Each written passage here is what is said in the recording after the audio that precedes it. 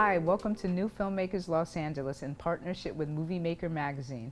I'm Carolyn McDonald and I'm here with Danna Galeano to talk about her film, Marvelous Gift. Let's take a look at a clip.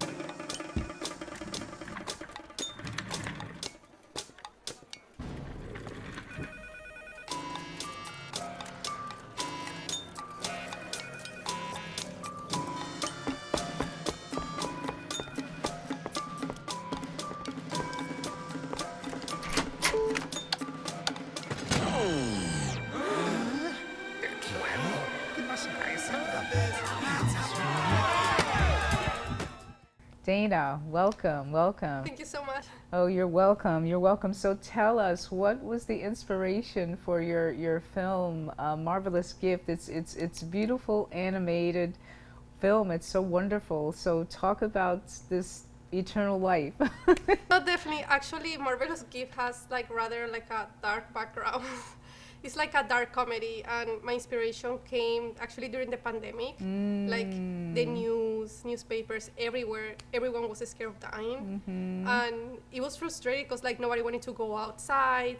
Like you keep hearing all the news, like people just dying, and then just came across a thought, and I was thinking, damn, it would be nice if we just simply don't die, you know? And then that's how the film started, because I started thinking, actually it's not that good. Like if we cannot die anymore, are we just going to live forever?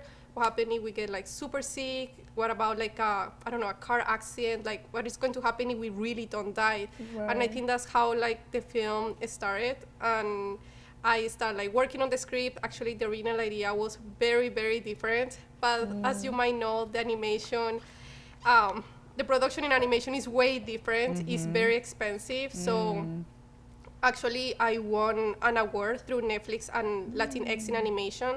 So they gave us some funding to be able to make the film happen. Great. And it was good, but it's still I have to make so many changes in the script in order to fit the budget. And of course, put something out of pocket.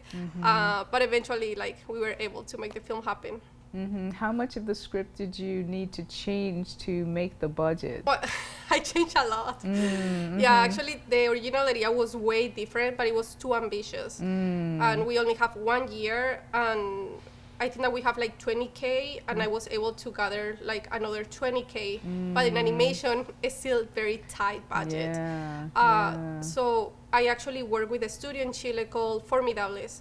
So I think 2 years ago, I have a mentor. His name is Jorge Gutierrez. You might know him. He's director from Book of Life. Okay. So he was the one to guide me to reach out to them. Actually, he didn't know the name of the studio. He was just they made a film, they're amazing, just look for them. And I was just looking on Google, who are these people? I was able to reach out to them. I'm hey, I have this project, I want you to help me to produce. And I pitched that idea to them. They were interested, and I started this collaboration.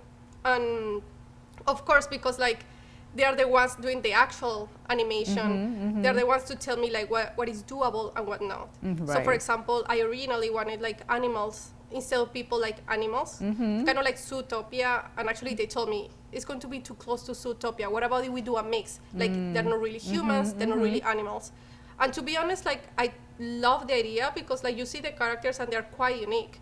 So I think that anybody could relate to any of these things. Right. No, it's such a wonderful, and it's hilarious. It really is, because most people think if you could live forever, nobody wants to die. But if you could live forever, what would you do? What would you do? And I love the way you poked fun at, it's there was a really great line: no matter what you do, there's no way out. Yes, It's like you could jump out of a window, you could get shot, the opening scene where the guy gets shot, and literally there's no exit. And then there's no way out. You have the privilege of failing over and over, but then make your dreams come true. You can you're on this loop, you're never going to die. Hold on to each moment. You have an infinite supply of them, so it's a really, really interesting world that you created there, and talk about any influences for that work, because you know what it reminded me of? It reminded me of a couple of things, even though in live action it reminded me of The Matrix in a weird kind of way, and The Fifth Element. Did you ever see the film The Fifth Element? A long time ago. Yeah, it had a really kind of funny, even though it is animated, it had a kind of a Fifth Element futuristic dystopian, feel, because it is, again, you think that living forever is this beautiful thing, but everybody's depressed, they don't know what to do. they're it's a really great world you created there. Thank you so much. Yeah, actually, like, before I do a script, I try to avoid watching films or like getting influence from other parts. The thing is just that I do a lot of pitching. Like, I think that's other thing that I do and love. I do a lot of pitching for animation festivals, for like features, shorts, and series. And the thing, like, I always get the same feedback, like, oh, we have something similar, oh, there's like already a similar idea. So like, I get worried that if I watch a film and get too influenced, like, people are going to think like that, like, oh, you know what, that reminds me of this film, so I really want to avoid that. So usually when I'm on the scripting phase, like, I try to be far away from the TV. Right. Yeah, just to avoid and try to make it as unique as possible, which Right. these days is quite difficult. But like, for this project, like, I wanted to try to be unique. I was just like, I would really want people to remember the film, even if it's in the bad way. I don't care, but I just want them to remember the film. It, yeah. So I tried to push a little hard, like being like dark comedy, like people like literally dying because they can't die. So they literally just jump out of the window. And I think that really helped, because like we got like such a positive like feedback from like many festivals. Actually, the film has already been in 5 Oscar qualifying festivals. Nice. And yeah, I mean, it's amazing like how great the film has been doing. So yeah, it's very surprising. I really like that you stay away from, watching anything, to reference. I mean, I think that's quite clever. I really do. I think it is. So talk about the process of making, the animated film, and what kind of time frame, what kind of team, you said you got money from Netflix, and you had a studio with you. What was that process like, the physical production? First of all, I wrote the script, and there were like too many revisions with the studio. So we are able to like have like the script fits the budget. Once that is approved, we just jump into the animatic stage, and after that, animation testing, like character design. Many people have asked us like what were like the challenges of this film, but to be honest, like it was so easy to work with Amidables. They are in Chile, and they were fantastic. They were really easy to work with. Actually, most of the studios that I work with are either in Mexico or Colombia. So it was my first time working with a Chilean studio, and they have like a really production team. So like we have like weekly meetings to see like the updates. They never delay. Like everything works so great. Nice. So that's why it's so different Great. from live action, because in school I did like live action films, and it was horrible. Like there's always like something happens, the actor got sick or anything, like there's so many challenges, but with animation it's really different. And there's challenges, but like with this studio, everything like flows so smoothly. And we have exactly 1 year. And as soon as we got the funding, we just like kick off production right away. So I think that we needed to be done by May. And I think that we were done like just 1 month in advance, just to make sure that we were able to start doing like the press release, like posters, like anything needed. So no, yeah, everything went smoothly, because like the other 2 winners, they actually were like they delivered the film like on May, so they were really tight. But no, for my project, everything worked so great.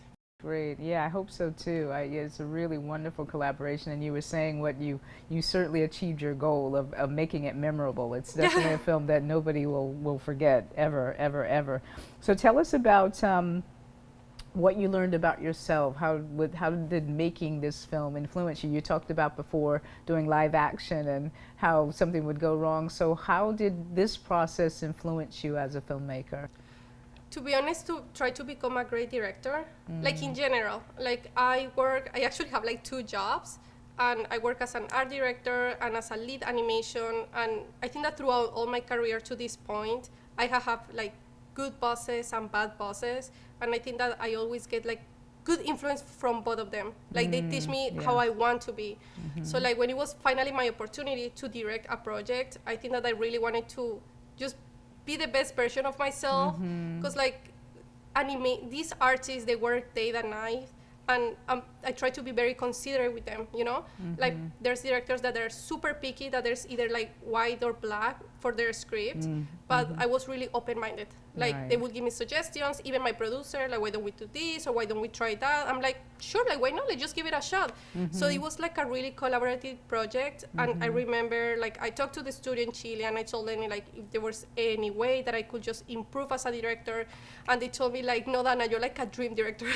Because like of course like Wonderful. they get like many clients that they're like extremely picky, and in animation, once you jump into production, you cannot go back. Right. Like it's not like you can reshoot the scene. In animation, it doesn't work that way. If you want to reshoot the scene in animation, pretty much you need like more money. So this is why like once the animatic is locked, there's no way out. Like you just continue working, and like I think that many people who doesn't understand animation, they don't get this. They think that they can easily make a change, so they make the life difficult for studios. Right, right. Great, great. I love the lessons that you've learned that you can, you know, share with others. And of everything you've learned, what would you say the one lesson that you would like to share with others, you know, young filmmakers coming up? What would you advise them? I would say like try to be like really open-minded. Like I think that many directors get super attached to their script, and they think that is perfect. And sometimes I think that way. Like I hate when they give me feedback sometimes. Like, Danna, like this is not working on that. I'm like, no, it's working. But I'm actually currently working with a project, and that happened. And I got kind of like very defensive of my project. So I started to be open-minded, and I was just like, you know what? Let's just do some research. So like for the animatic, I share it internally with people that I trust. And they point to the same mistake. Like, you know, Danna, like this is not working. So we're just like, damn, you guys are right. It's not working. So I fix the script, I change it, and and I love it. Like actually was just like, you know what? Actually, thank goodness they give me this feedback, because I really like how it turned out. So I think that I will give like that suggestion for like directors, like try to be open-minded. Like if a producer, even somebody that doesn't have to do anything with like filmmaking, like if they give you a suggestion, just listen to it. Like, you know, like maybe like their suggestion can make your film better. Great, great advice. Absolutely, because filmmaking is a collaborative process, whether it's live action or animation, and all these people have their specific talents and gifts, and you want to be able to have them excel as well, and they know what they're saying from their perspective. Absolutely. Exactly. Yeah, like right now, like I work like with we're creating like this 3D project, and of course the artists, they know way more than myself, like in the 3D world. So it's the same, like I try to be very open-minded, and I like give them the space to like be able to feel comfortable to share. So sometimes they tell me like, hey Danna, like this is working, this is not working, why don't we try this? So I try to create like an environment that they feel comfortable, that this is like their project as well, not just the director. So I think it has really helped me a lot, because like everyone just like put a little bit of like their talent. Right. Wonderful, wonderful, wonderful. So tell us, what can we look for from you in the future? Tell us what you're working on, and where can we follow you and learn more about what you're doing? Well, because I told you that I pitch a lot, I'm actually working with Adult Swim.